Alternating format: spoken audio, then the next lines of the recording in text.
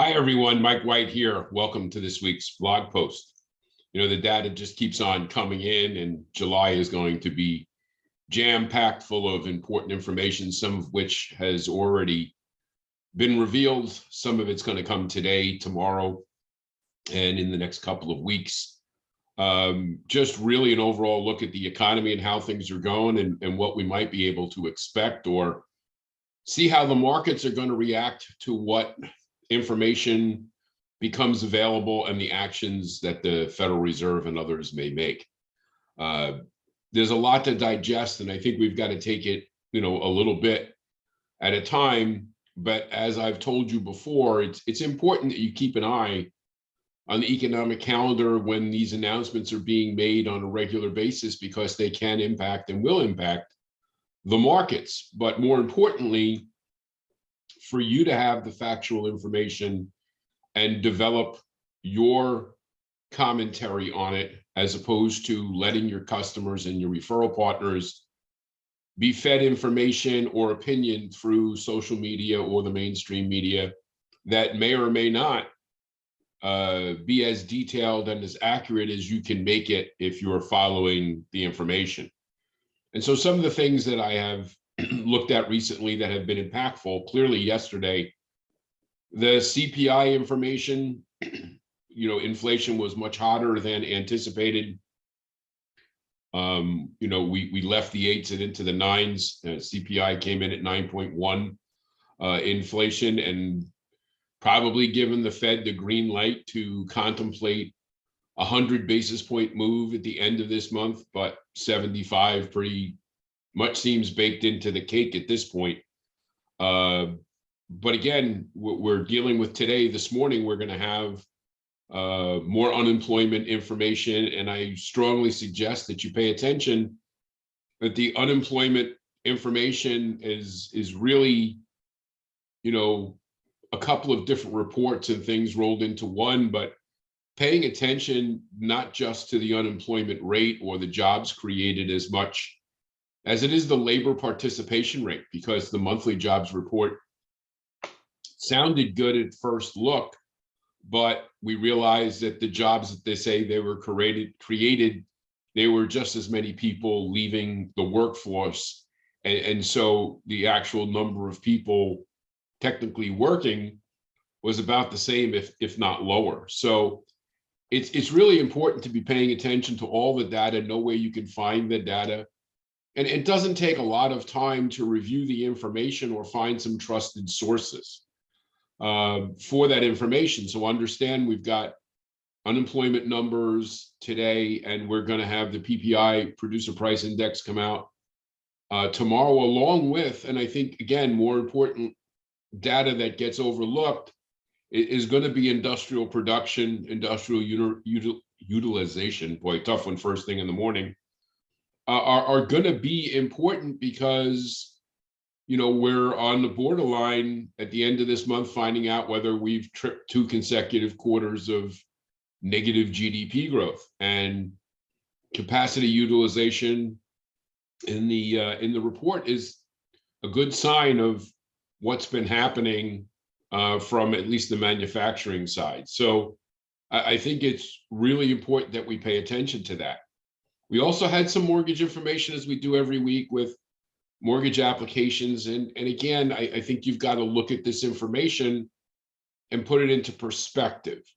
Purchase applications were down 18% year over year, and refinance applications were down almost 80% year over year. And at first blush, that sounds, absolutely horrible.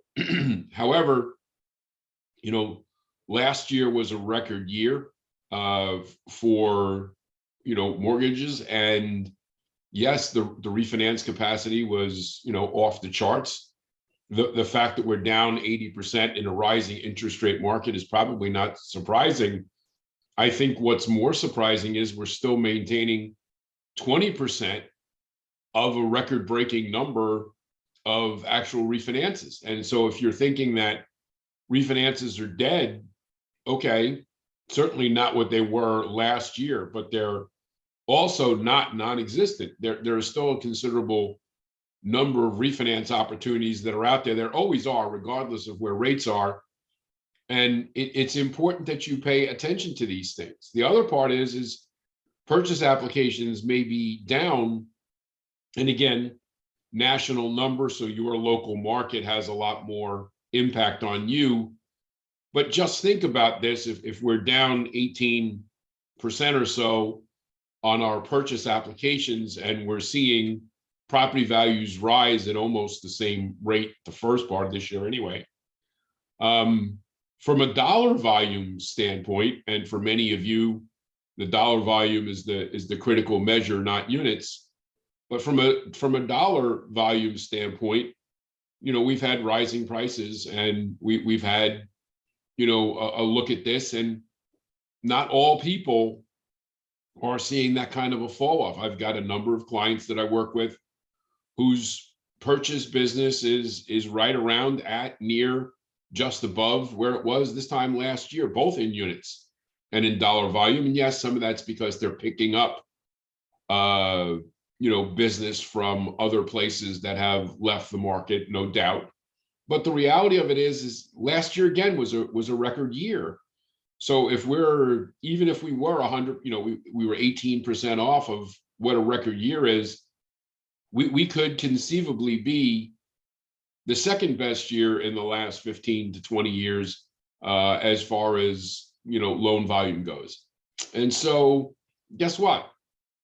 It may be further than that. We don't know how the second half of this year is going to shake out. But something really important comes to light as people throwing the towel in on the mortgage market and in real estate.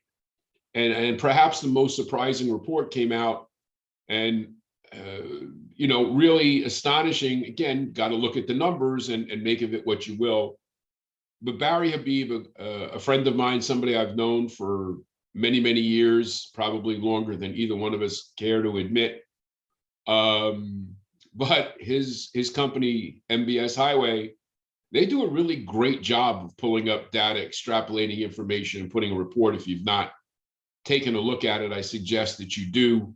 I follow Barry's information because for me, it's a good place to stop and get really solid information and understand where that information is coming from and the thought process on how that data is being extrapolated. And so if you're familiar with it, great. I think you should be paying attention to it. And if you're not, you should certainly take a look. But the data that he's looked at and he shared this week, and I thought it was pretty powerful, is that homes selling above asking price right now are still at 52% of all sales.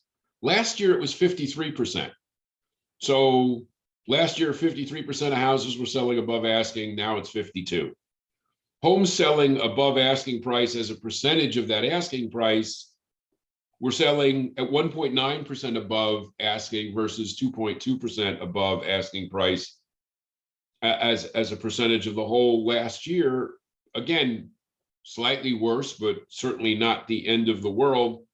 Now, here's an interesting piece of the pie. Offers accepted within 2 weeks of listing, we're at 48%. 48% of houses that go out on the market, the offers are being accepted 48% of the time, and it's versus 49% last year.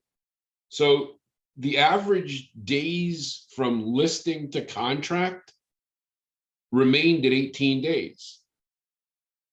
So really important stuff. Again, your markets vary, all do, but if you're going to look at some national numbers and you're going to see people who extrapolate data and information telling you how bad things are, I'm not saying everything is all sugar plum fairies and daffodils. What I'm saying is, if you look at the data that we're seeing, if you're looking at the reality of the situation, if you want to compare something to your own local market and being that local expert, then get the data and look to people who are extrapolating that information and look at their reasoning, look at the conversation that they're creating around that data. Whether it's me or anybody else. Everybody's entitled to interpret data how they will, but sometimes you have to look at this stuff, and we've talked about people who post things just to drive clicks, views, and shares, as opposed to setting information out there and looking at it for really what it is from an objective point of view, not driven to see, based upon a headline, how many clicks and shares and views can I get if I shake things up. So I want you to remain alert, as always, to the shifts in the market, the marketplace, and understand that everything is hyperlocal. We've talked for well over a year that people are not qualified for their loan based upon a loan amount. They're qualified based upon a total payment. Lots of things are impacting total payments. We're going to get more into that next week. But you need to step back. You need to look at it. You need to get the information. You need to be prepared so you can have these conversations with your clients and your referral partners, because I'm guaranteeing you the conversation is going to come up. And you don't want to be nodding your head in agreement if you're really not aware of the information, or you can make a case for why the information that they're sharing is not necessarily being presented in a clear enough light. So I hope you guys have a great week. Again, pay attention today for the unemployment numbers. Pay attention tomorrow for the PPI reports. It's really important stuff, and we'll talk to you again next week. Take care.